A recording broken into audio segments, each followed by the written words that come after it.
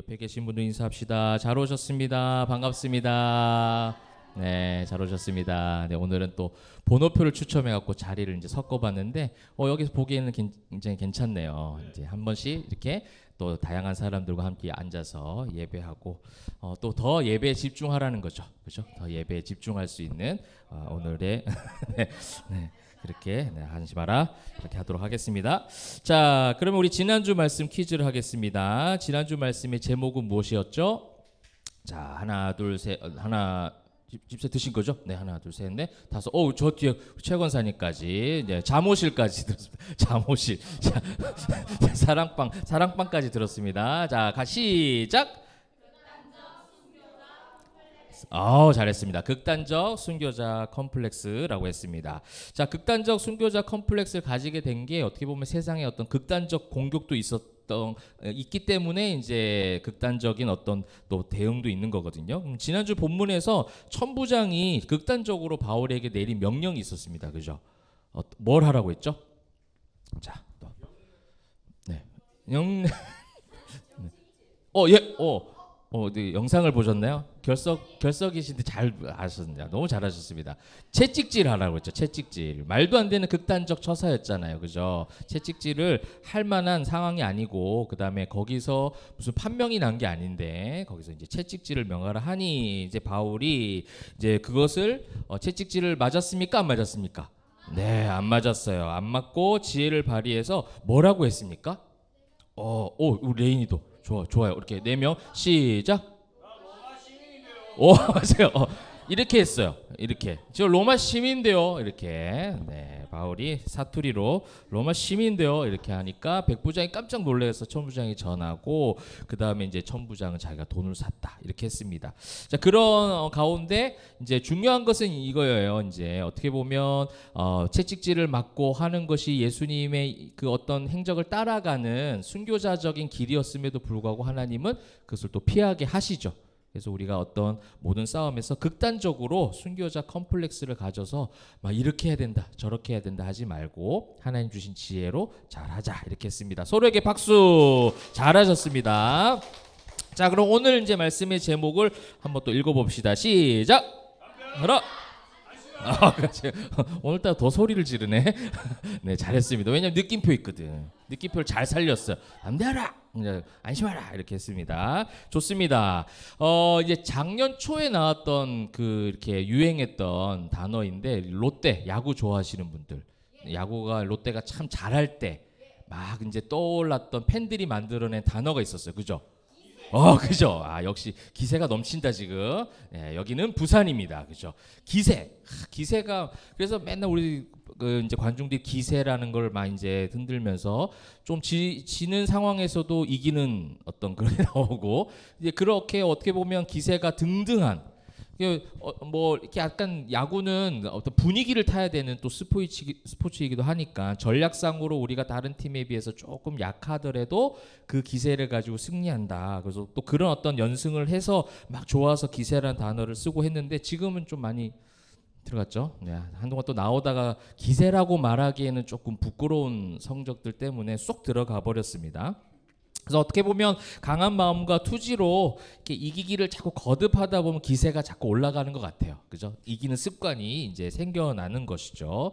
그래서 이제 강해 보여도 또 이길 수 있는 또 투지와 정신력도 생겨나는 것 같아요. 자, 제가 이제 이 말씀을 드린 이유는 무엇이냐면, 요즘에 우리가 지금 계속 몇 주 동안 사도행전 바울의 이야기를 보고 있는데, 바울이 지금 어디 와서 있죠 지금? 예루살렘에 와 있잖아요. 예루살렘에 와 있는데, 바울의 어떤 기세가 강했었던 때는 사실은 예루살렘에서의 모습보다는 그 예루살렘 오기 전에 나의 생명을 조금도 귀하게 여기지 않겠다 할 때 오히려 기세가 막 등등했던 것 같아요. 그 다음에 막 사람들이 가지 말라라고 만류하는 장면에서도 그 속에서도 굉장히, 그죠? 내가 예수님의 길을 가는데 그런 얘기하지 마라 하는 기세가 등등했었는데, 이 예루살렘에 이제 와가지고 그 기세가 이제 우리가 지난주 말씀 봤던 것처럼 어떤 극단적으로 흘러가지 않고 하나님께서 어떻게 부여하시는 성령의 능력으로 높여지는 그 기세가 더욱더 강하게 느껴지는 장면들이 많이 나오고 있어요.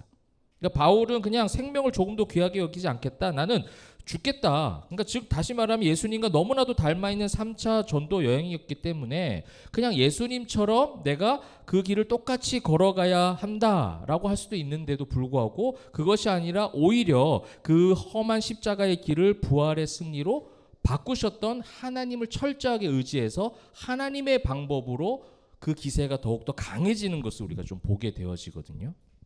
그래서 어떻게 보면 바울은 이미 주어진 그 승리, 이미 주어진 부활의 소망이 있기 때문에 그때그때마다 어떠한 길을 가든 담대함으로 하나님 주신 능력으로 그것을 이겨내는 모습들을 우리가 보게 되어집니다. 그래서 바울은 부활의 소망으로 그런 어떤 승리가 확정된 싸움에서 지금 계속해서 치열해지고 있는데도 불구하고 그것을 너무나도 잘 감당하고 있어요.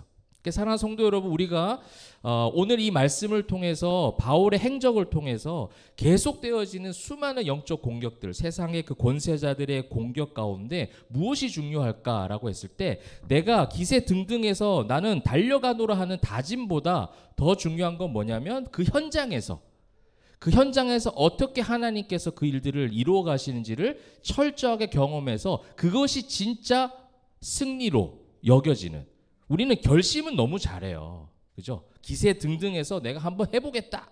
나의 생명 조금도 귀하게 여기지 않겠다. 그런데 가정으로 돌아가면 내 생명이 제일 중요한 거야.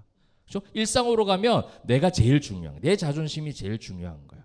근데 그 속에서 하나님께서 어떻게 승리하시는지를 거기서 승리를 경험해야 우린 진짜 승리를 경험하는데, 어떻게 하다 보니 우리가 늘 교회, 그냥 주일날 교회 와서 예배 한번 잘 드리면 그게 마치 승리한 것처럼 착각한다라는 거예요.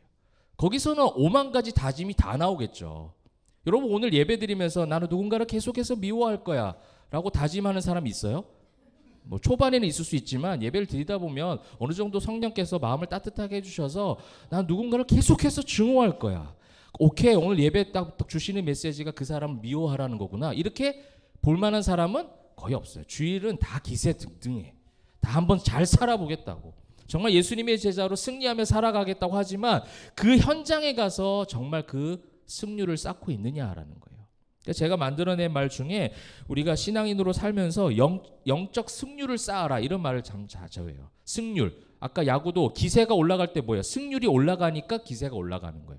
근데 그 기세라는 단어가 쏙 들어간 이유가 뭐라고요? 승률이 떨어지니까. 자꾸 패배하니까 기세라고 말하기 부끄럽거든.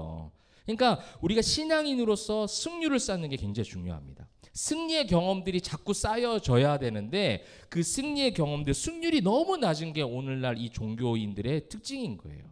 많이 모여서 예배하고 뜨겁게 봉사하고 헌신하고 오만 것을 다 하지만 실제적으로 싸움터, 실제적으로 경기가 치루어지는 그 현장에 가서는 아무것도 못하는 거예요. 훈련 연습 아무리 잘해봐야 그 훈련 연습이 결국은 실전에 가서 쓰여야 되잖아요. 그러니까 오늘 이제 그런 모습들이 바울의 어떤 행적을 통해서 많이 보여지는 거예요. 굉장히 실천적 사항들이 많이 나오는 그런 교훈들을 많이 주는 요즘의 어떤 본문들인 것 같고 바울의 어떤 이렇게 보면 이 예루살렘의 행적인 것 같습니다. 그래서 우리 사랑하는 포에마 교회 성도님들이 오늘 말씀을 가지고 그 기세를 품었다면 그 기세가 일상까지 계속해서 이어져서 영적 승률을 많이 쌓기를 주님의 이름으로 축복합니다. 자, 그럼 이제 말씀 본문을 한 구절씩 한번 보도록 하겠습니다. 자, 바울이 굉장히 기세를 높이고 있는 장면들이 1절에 나오고 있습니다. 바울이 공회를 주목하여 이르되, 이 주목한다는 것이 굉장히 탁 뚫어지게 응시하는 거예요. 이렇게 보고 아주 눈빛이 흔들림이 없이 주목하는 거예요. 계속 굉장히 강력한 확신에 찬 눈빛으로 가는 거죠. 그러니까 우리가 일상의 예배자로 말씀으로 찬양으로 은혜를 경험했다면 그 확신과 믿음으로 우리의 가정과 직장과 일상에 가서 그 삶을 살아내는 걸로 적용이 되어져야 돼요. 확신이 있는데 세상에 가면은 눈빛이 또 흐려지는 거야. 또 세상에 가면 주눅 들어버리는 거죠. 또 걱정과 근심에 사로잡혀서 흔들려 버리는 거예요. 그게 아니라 바울은요, 누가 앞에 있든지 간에 주목하여 그 어떤 눈을 확신에 찬 눈빛으로 강력하게 보면서 이야기를 하고 있는 장면이 1절에 이제 시작되고 있습니다. 그러면서 저는 이 1절에서 또 은혜됐던 부분이 그 다음 부분이에요. 뭐라고 이제 그 사람들을 부르고 있어요? 형제들아. 이게 뭐라고 헬라어? 와, 자 방송실 주세요. 자 방송실 아들 보스. 굉장합니다, 그죠? 치 누가 했어? 치.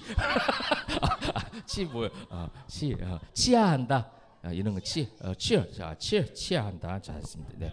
여러분 형제들아, 아델포스예요. 이 아델포스라고 부를 때는 어떤 마음인 거예요? 긍휼한 마음이에요. 그죠?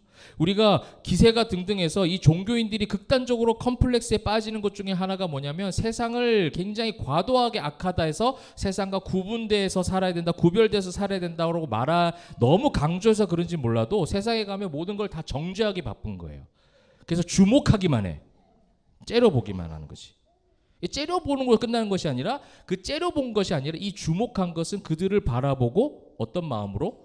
형제들아, 긍휼한 마음으로 지금 부르고 있는 거예요. 그러니까 흥분 상태일 수 있거든요. 지금 이 현장 자체가 어때요? 지금 굉장히 흥분 상태잖아요. 사람들이 막 죽이려고 하고 뛰어들려고 하고 막 이런 상황에서 그것을 경험하는 상대방 역시도 어떻게 돼요? 굉장히 심장 박동수가 올라가면서 흥분할 수 있는 상황임에도 불구하고 바울의 이 침착성, 이 상황 가운데서도 예수님의 마음을 품었다. 이것이 하나님의 은혜인 것 같아요. 이것이 오늘날 우리가 사모해야 될 부분인 것 같습니다. 세상에 가서도 이런 하나님의 말씀이 나의 전인격적으로 드러나게 하여 주옵소서. 그렇죠? 이것이 그냥 교회 하루 한 주 와서 예배 드리는 그 예배 시간으로 끝나는 것이 아니라 일상에 가서 그러한 눈빛이 되게 하시고 그런 얼굴빛이 되게 하시고 그런 손짓, 발짓, 행동, 말, 언어가 되게 하여 주옵소서. 여러분 그렇게 기도하시면 사모하시면 좋겠습니다. 그러면서 이제 나온 것이 그것이 증거가 된 삶을 자기가 고백하고 있어요. 나는 범사의 양심을 따라 하나님을 섬겼노라. 도덕 윤리적으로도 모든 것을 하나님 앞에서 진실되게 내가 하나님을 섬기듯 세상 가운데 그렇게 살아갔다라는 거예요. 이것이 진짜 신앙인의 삶이에요. 이 바울이 계속해서 가르쳐준 일상의 예배자에 대한 고백이죠. 그죠? 우리가 교회에서 은혜 받은 대로 그 속에가 살아가는 거 어렵죠. 저도 무너질 때가 참 많이 있어요. 근데 그 무너질 때마다 계속해서 말씀을 통해서 반복해서 또 다시 돌아오는 거예요. 아, 또 나의 모습이 그랬구나. 그 말씀을 통해서 가까이 가다 보면 어떻게 해요? 하나님을 섬긴 것처럼, 그렇죠? 옆에 있는 내 이웃을 섬기고. 그것이 계명의 가장 중요한 계명이었잖아요. 하나님을 목숨과 힘과 뜻을 다해 사랑하라 그랬으면 어떻게 내 이웃을 내 몸과 같이 사랑하라. 목이 메이지 왜? 자, 그래서 이 섬겼노라가 굉장히 중요한 또 단어로 우리가 볼 수가 있는데 섬겼노라의 헬라어 단어를 한번 봅시다.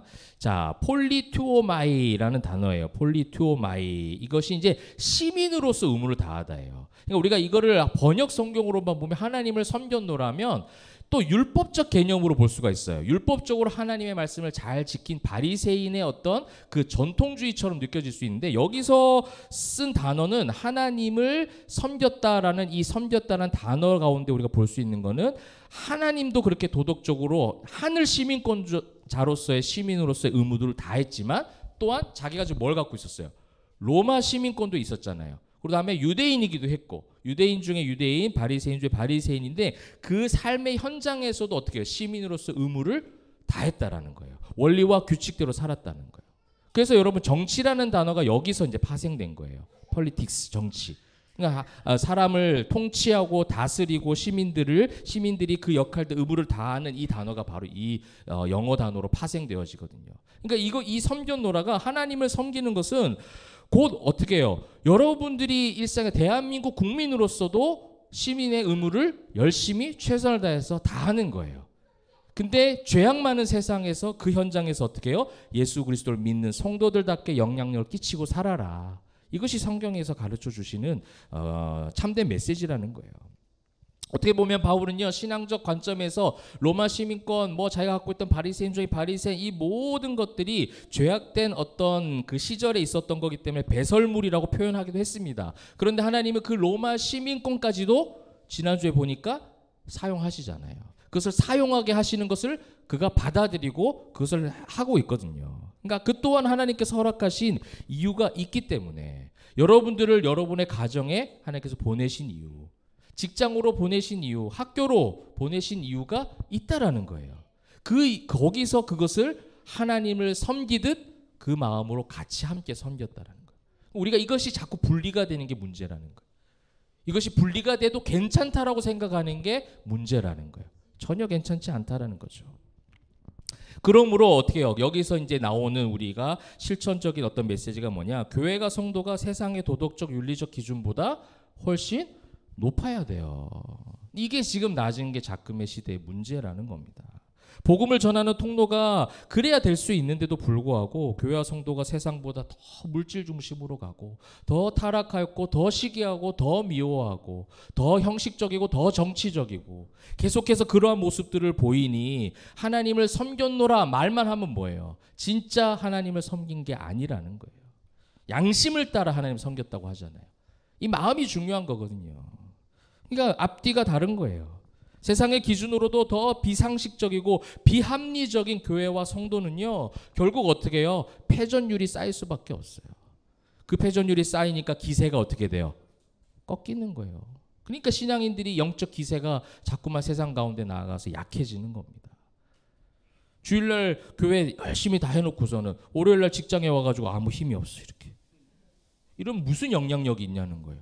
주일 예배하고서 기뻐해야 되는데 월요일날 더욱더 힘을 내야 되는데 월요병 이러면서 월요병이 더 도지지 우리는.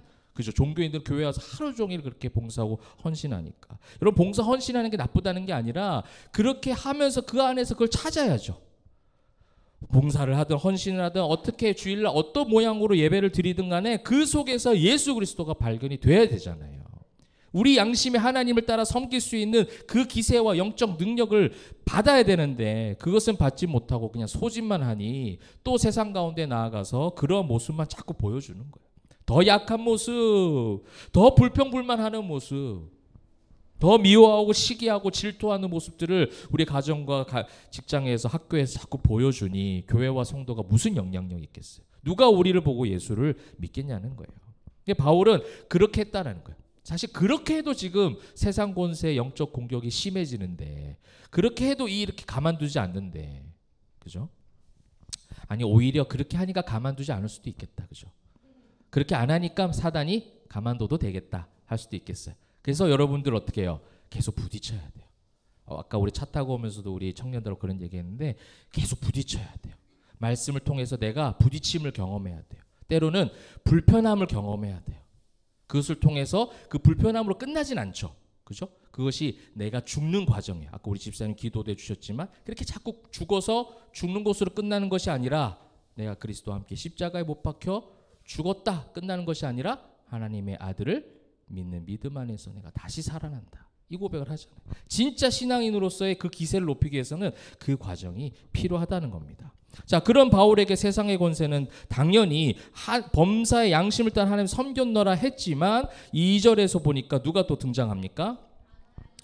대제사장 아나니아. 예전에 바울이 눈이 멀었을 때 바울의 눈을 이제 치료해 준 그 아나니아하고 다른 사람이에요. 이 사람은 나쁜 아나니아입니다. 이 동명이인들이 많이 있습니다. 대제사장이었어요. 이 당대의 대제사장이었던 아나니아에 대한 기록이 이제 그 당시 그 초대교회 역사가인 요세푸스라는 사람인데 거기 문헌을 보게 되어지면 이 사람에 대해서 잠시 소개를 해놨어요. 아나니아는 친로마적인 정책을 펼쳤고 그다음 유대인들에게 좋지 못한 평판을 받았대요. 그러니까 유대인들이 별로 좋아하지 않는 정치 지도자였던 거죠. 세속적이고 탐욕스럽고 그다음에 불같이 성질을 내던 그런 사람이었다고 합니다. 오늘 보니까 딱 그러잖아요. 지금 하나님을 양심을 따라 하나님 섬겼노라 이거 얼마나 좋은 말이에요. 근데 갑자기 화를 내면서 뭐라고 해요? 극단적인 판결을 내리죠.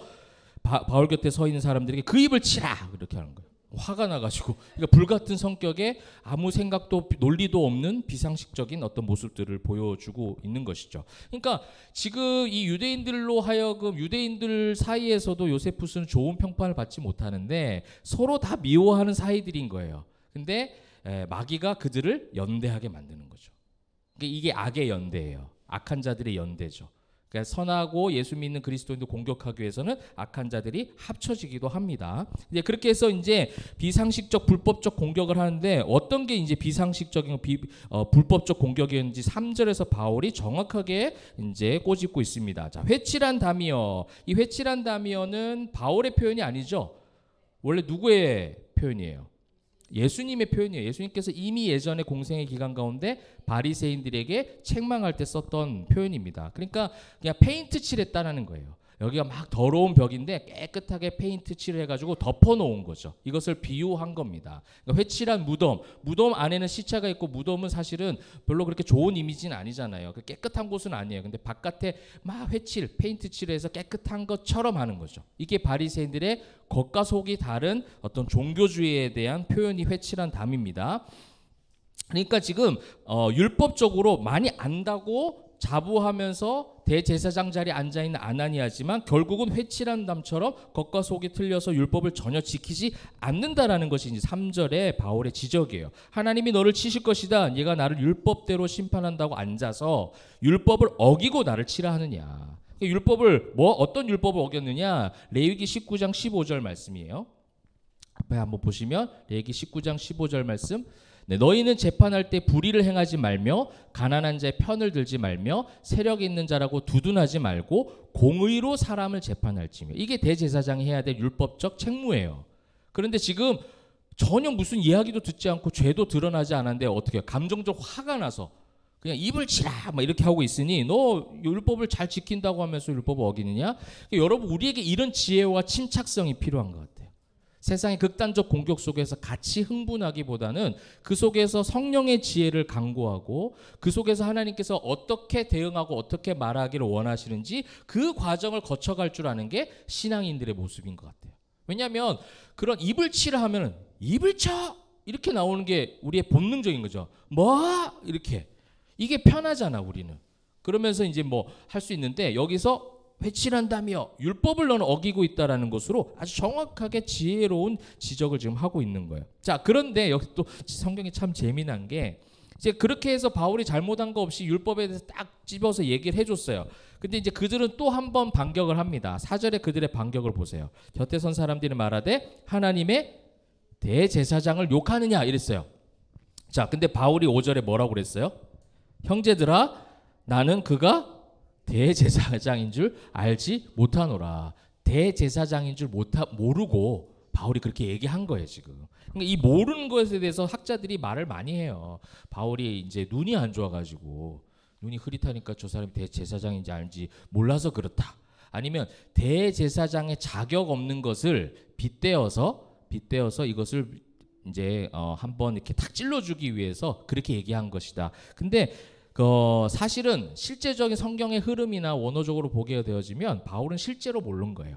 뭔가를 진짜로 이게 그 사람을 이제 뭐라고 해야 돼? 쫑크를 주려고 하는 것이 아니라 그래서 돌려서 얘기하려고 한 것이 아니고 진짜 모르는 거예요. 왜냐하면 진짜 몰랐기 때문에 그 다음 이야기가 나오잖아요. 기록하였으되 너희 백성의 관리를 비방하지 말라 하였느니라. 이게 이제 말씀이거든요. 이게 이제 출애굽기 22장 28절에 나와 있는 또 율법을 가지고 얘기하는 거예요. 너는 재판장을 모독하지 말며 백성의 지도자를 저주하지 말지니라. 그러니까 그가 대제사장인지 진짜 몰랐다는 얘기예요. 나도 지금 뭐 한 거예요? 말씀을 어겼네. 그 상황 가운데 자신의 실수와 자신의 어떤 알지 못했던 불인지에 대해서도 어떻게 해요? 인정하는 거예요. 여러분, 이게 신앙인들의 있어야 될 또 도덕적 어떤 의무이기도 해요. 잘못한 것이 있으면 인정을 잘 안 해. 여러분, 교회 다니는 사람들이 그게 정말 어려워요. 왜냐하면 잘못해도 뭐라고 얘기하냐면 하나님께 회개하면 되지. 하나님이 나의 모든 죄를 아시고 용서해 주신다. 이 개념 때문에 우리가 누군가에게 잘못을 저질러도 잘못했다, 미안하다라는 인정을 하지를 않아요. 이 잘못된 거 하나님 그렇게 하지 않으세요. 정말 잘못한 거는 하나님께는 당연히 회개가 되어지지만 잘못한 그에게 찾아가서 미안함을 표현하는 것이 진짜 신앙인 줄 믿으시길 바랍니다. 바울은요, 지금 이런 말 굳이 안 해도 돼요. 그래, 뭐 대제사장한테 내가 한 말이다. 왜? 뭐 이렇게 할 수도 있잖아요. 저게 뭐 대제사장 자격이 있어? 지금 율법을 다 어기고 있는데 뭐 이렇게 할 수 있어요. 그렇잖아요. 바울도 얼마나 불같은 성격이 있는데. 근데 그 속에서 재판장을 모독하지 말라, 저주하지 말라 말씀에 있으니 내가 조금이라도 그들에게 흠이 잡힐 만한 것들이 있으면 안 되기 때문에 또 하나님께서 지혜를 주셔서 내가 대제사장인 줄 몰랐다. 이것이 이제 어떤 미안함의 표현도 있는 거예요. 여기 보면 형제들아라고 또 표현하잖아요. 그렇죠? 바울이 이르되 형제들아 이런 거예요. 나 몰랐는데 이런 게 아닌 거예요. 형제들아, 그거 내가 몰랐어. 이거예요, 지금. 완전 말이 어휘가 또 그런 말하는 어감이 완전히 달라져 버리거든요. 여러분 우리가 잘못한 것이 있으면 정말 지혜롭고 정말 신앙 있는 사람은 어떻게 하는 거예요? 인정합시다. 그죠? 실수한 것을 인정하고 미안하다고 말할 수 있고 또 그런 어떤 신앙적인 어떤 윤리적인 부분도 우리에게 교훈을 주는 말씀인 것 같아요. 자, 그러면서 미안한 건 미안한 것이고 그 다음에 이제 하나님께서 바울이 어떻게 공격을 할 수 있는지 또 지혜를 주십니다. 자, 6절부터 쭉 말씀 볼게요. 6절 보니까 바울이 그중 일부는 사두개인이요 다른 일부는 바리새인인 줄 알고, 그러니까 사두개인과 바리새인이라는 두 정치 집단이 지금 등장을 하고 있습니다. 이 그 사람들의 차이를 잠깐 보게 되어지면 이제 쉽게 말하면 그거예요. 바리새인들은 구약 전체를 다 믿어요. 구약 전체에는 천사도 있고 영도 있고 부활도 있어요. 그래서 오늘 아까 나중에 그 부분이 나오겠지만 그래서 그런 것까지도 믿어요. 그런데 지금 뭐만 안 믿는 거예요? 예수님만 안 믿는 거예요. 그 메시지, 그러니까 영, 천사, 부활 이게 다 메시아로 이제 귀결이 되는데 그 메시아가 오셨는데도 불구하고 그 메시아를 인정하지 않는 게 지금 바리새인들인 거예요. 예수님을 증언하는 데 있어서 굉장히 강하게 반발하는 이유이기도 하죠. 그럼 뭐 사두개인은 누구냐? 사두개인은 쉽게 말하면 모세 오경까지만 존중해요. 그러면서 굉장히 그들의 특징은요, 부유한 상류층 집단이에요. 부유한 사람들이에요. 그러니까 굉장히 현실적이고 그런 어떤 돈을 쫓아가는 그런 정치 집단이라는 거죠. 그래서 그들은 현실, 그런 돈, 가지고 있는 어떤 재물, 그죠? 모세 오경까지만 그렇게 이제 어떤 성전의 신성함, 화려함 이런 것만을 추구하는 거예요. 그러니 성전에서 매매하도록 한 이들도 누구냐면 이 사두개인들인 거예요. 성전에서 매매해도 된다라고 말하는 자들이 바로 이 자들이에요. 그러니까 쉽게 여러분들이 그렇게 생각하시면 돼요. 그러니까 죽은 자의 부활에 대해서는 관심이 없어요. 죽고 부활 이런 거 상관없어요. 지금 풍족하게 살아가고 성전은 더욱더 화려해지고 모세 오경에 어떤 주신 하나님께서 뭐예요? 청종하고 잘 순종하면 너에게 복을 더할 것이고 또 믿지 않으면 저주가 임할 것이고, 그러니까 그냥 그것만 하고 형통과 축복과 복을 누리는, 뭐 어떻게 보면 지금의 기복주의와 많이 연결되는 그런 어떤 당파이기도 합니다. 근데 어찌됐든 둘 다 잘못되었는데 그 둘이가 어떤 신학적 가치관이 틀린 거예요. 우리 뭐 한국교회 안에도 교단들이 다양하잖아요. 대한예수교 장로회라고 붙어서 그 안에서도 교단이 뭐 20몇 개, 30개 가까이 돼요. 대한예수교 장로회인데 교단이 그렇게 많대요. 그러니까 조금만 뭐가 생각이 다르면, 조금만 차이가 있으면 얼마나 그 교단 차이가 많이 있습니까? 그 교단이 그렇게 차이가 난 것도 어떤 역사적으로도 다 이유가 있는데 그것도 한번 언제 시간이 나면 정리를 해봐도 좋을 것 같아요. 왜냐하면 그것이 교회 분열의 다 원인과 요소들이었거든요. 우리가 그런 역사를 공부하는 것도 좀 의미가 있을 것 같은데, 어찌됐든 그렇게 어떤 당파의 두 당파가 이제 이렇게 첨예하게 대립하는 자들이 바울을 공격하기 위해서, 그죠? 함께 악의 연대를 이루었는데 그것을 이제 알고 바울이 공회에서 외쳐 이르되 여러분 형제들아, 나는 바리새인이요 또 바리새인의 아들이라. 죽은 자의 소망 곧 부활로 말미암아 내가 신문을 받노라. 내가 예수 그리스도의 부활을 믿고 고백하는 이것 때문에 신문을 받는다라고 하니까 부활에 대한 이야기를 하기 시작하니 바리새인 일부에서 모르고 그냥 맞지 뭐 이렇게 한 것 같아요. 모르겠어요. 그렇게 한 것 같은 느낌이 왜 가냐면 그 말을 한즉 바리새인과 사두개인 사이에 다툼이 생겨 무리가 나누어지니. 이것이 세상에 아무것도 아닌 세상의 실체예요. 굉장히 강해 보여요. 연합해서 정말 엄청난 대군을 이끌고, 구약에서도 그런 역사적 사건들 많잖아요. 막 이방의 대연합군들이 다 치고 들어왔지만 하나님께서 보호하신 이스라엘 백성들이 승리하는 그런 어떤 말씀도 있듯이 바로 그거죠. 지금 악의 연대는 굉장히 나를 눌러 엎어뜨릴 것 같고 그들이 승리할 것 같은 착각을 불러일으킬 만큼 굉장히 강해 보이기는 하지만 결국 아무것도 아니게 나뉘어져 버리고 소멸시키는 것이 하나님의 섭리였다라는 거예요. 이것이 이제 영적 승률을 쌓는, 오늘도 승리하는 바울의 모습, 승리케 하시는 하나님의 역사라는 겁니다.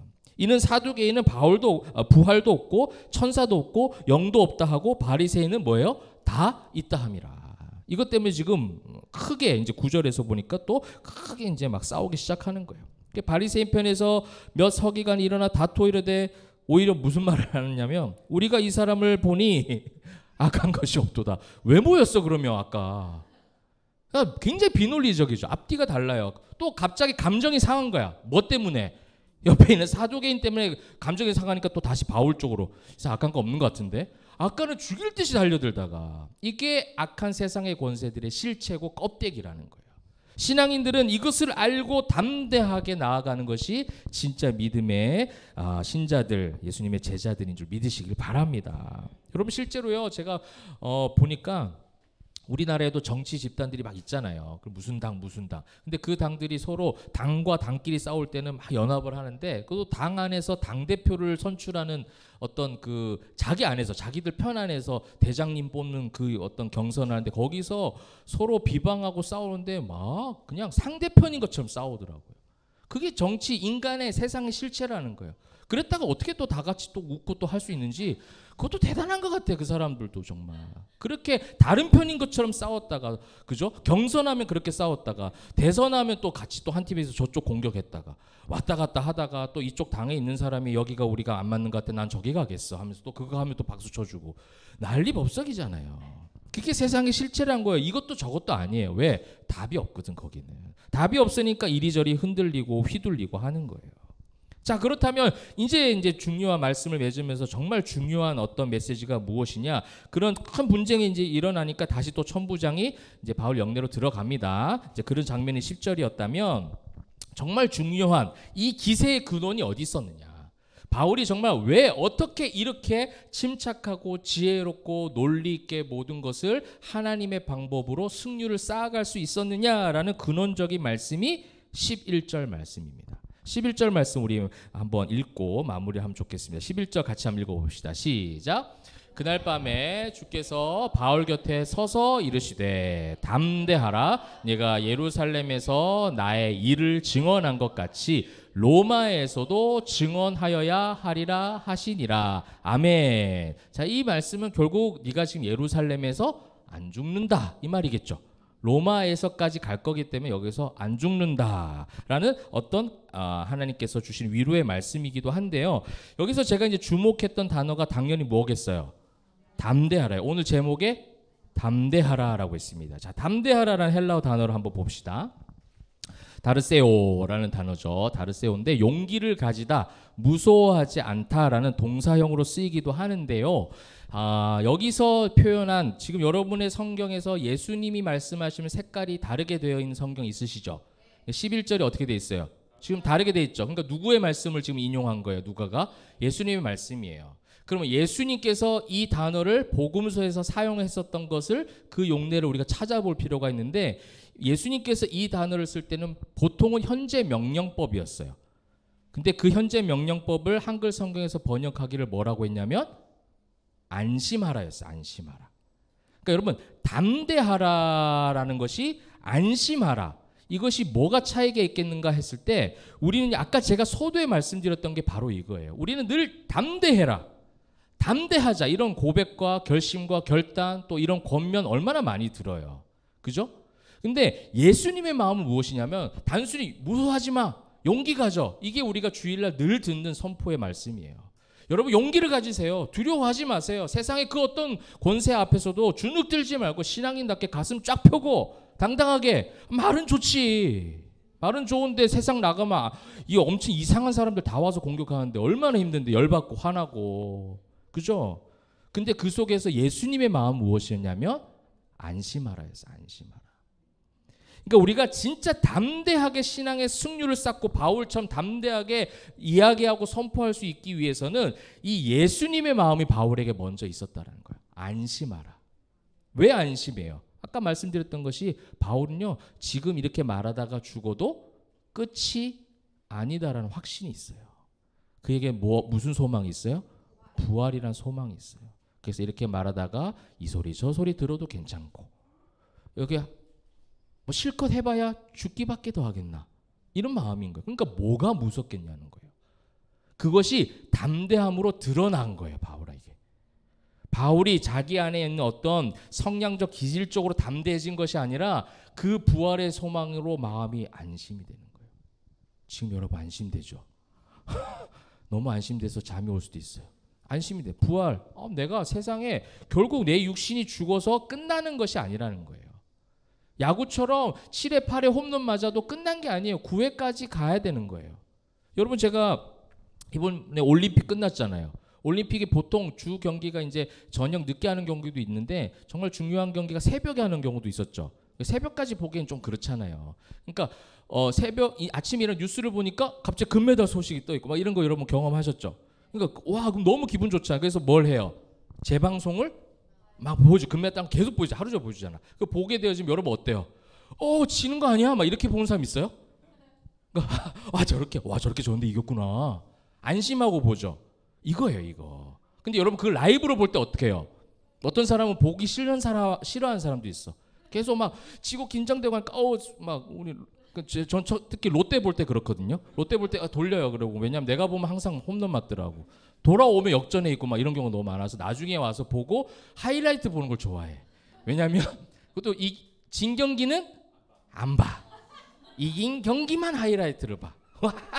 저렇게 맞았는데 나중에 이겼구나. 막 이런 거 있죠. 예전에 뭐 몇 대 몇으로 10대 0 뭐 하여튼 11대 몇으로 지고 있는 거를 확 엎은 적도 있었잖아요. 누가 봐도 패배하는 경기인데 보는 그 당시엔 얼마나 사람들이 마음이 그랬겠어요.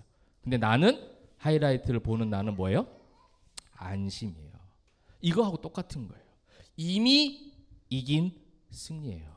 여러분 이미 세상의 권세를 이길 수 있도록 여러분 안에 예수 그리스도의 성령께서 여러분의 선물로 주셨어요. 그러니 담대할 수 있는 거죠. 그 안심이 되니까 세상의 권세 앞에서도 담대하게 나아갈 수 있다라는 거예요. 그냥 담대하세요, 용기를 가지세요 가지고는 어림도 없습니다. 사단의 전략이 얼마나 강한데요. 이미 부활의 승리를 경험한 신앙인들이 그 삶 속에서 예수님으로 말미암아, 그죠? 그 예수님 말미암아 늘 비상식적이고 비논리적이고 수준 낮은 세상의 그 얕은 공격이 있지만 예수님이 있어서 뭐 하는 거예요? 안심하는 거예요. 죽기밖에 더 하겠어? 여러분 죽고자 하면 얼마 전에 뭐 이순신 그죠? 뭐 8.15 행사 때 이순신 했다고 하시던데 그 이순신 그렇게 얘기하는데 이순신이 말한 게 아니고 예수님이 말씀하셨다. 죽고자 하면 살고. 근데 죽고자 하는데 뭐가 무섭겠냐는 거예요. 무슨 세상의 권세가 무섭겠냐는 거예요. 그러면 이미 이기게 하신 그 복음의 능력으로 그 승리의 기세를 가지고 그 아무것도 아닌 세상 권세에 패배한 것처럼 절대로 눌려 있지 마세요. 진짜 거기서 이제 가슴을 쫙 펴고 당당하게 나가세요. 그래서 눈에 딱 주목하고 여러분 주눅 들지 말고 자신 있고 당당하게 그러면서도 뭐예요? 형제들아 불렀던 바울처럼 정말 형제들 영혼들을 사랑하는 마음으로 그렇게 갈 때 정말 그 속에 성령의 능력이 나타날 줄 믿으시기를 바랍니다. 자, 말씀을 맺도록 하겠습니다. 말씀 한 구절 보고 다시 한번 또 우리가 위로와 힘을 얻고 마무리를 했으면 좋겠는데요. 베드로전서 5장 8절과 이제 9절의 말씀이에요. 베드로전서 5장 8절과 9절 우리 한번 읽어보고 마치도록 하겠습니다. 시작.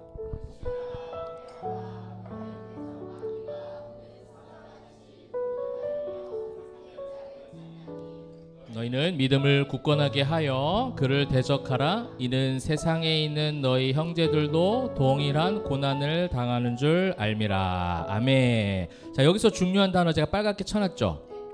뭐예요? 찬난이에요. 찬난이. 우는 사자라는 건 결국 뭐예요? 배고픈 사자예요. 우는 사자가 삼킬 자를 찬난이. 이게 사단의 한계예요. 찾는 것밖에 못해요. 여기서 찾아서 삼킬 수도 있으니 삼킬 자를 찾아서 먹을지니 뭐 이러면 조금 좀 무섭기도 해요 사실은. 근데 뭐예요? 삼킬 자를 찾나니. 그래서 제가 이 설교 준비하다가 너무 재미난 어떤 비유가 제 속에서 나타났는데 세렝게티에 있던 우리들 그죠? 세렝게티는 뭐예요? 죽을 수도 있어요 진짜로. 왜냐면 맹수들이 막 옆에서 다니고 하기 때문에 또 배고픈 애들 많거든 거기에는. 세렝게티에 있는 우리들을 꿈과 희망의 나라인 에버랜드 사파리로 에버랜드 사파리 가가지고 한번 죽을까 막 이렇게 두려워하면서 사파리 가는 사람 있어요? 없죠. 왜? 다 보호막 있고 다 옆에서 보호해주는 그 어떤 사람들 다 있기 때문에 안심하고 가잖아. 그러니까 세렝게티에 있던 우리들은 어떻게 해요? 그래서 에버랜드가 꿈과 희망의 나라구나. 네, 그더라고. 그죠? 그 꿈과 희망의 나라인 에버랜드 사파리로 와서 하하하 웃는 거죠. 맹수를 보대도 귀엽다. 곰이 막 일어나는데도 와 하지마 하잖아요. 이거예요. 이게 우리 신앙인데 이번 주에 또 우리 이후에 여러분들이 가져가야 될 삶이 되기를 간절히 소망합니다. 무서울 수 있고 잠시 놀라서 소리 지를 수 있지만 여러분 거기에 주눅들거나 죽었다 생각하지 말고 이기게 하신, 승리케 하신, 다시 살려주신 그 부활의 소망으로 담대하고 안심하라, 이 말씀 기억하셔서 넉넉히 승리하시는 저와 여러분 되시기를 주님의 이름으로 축원합니다. 아멘.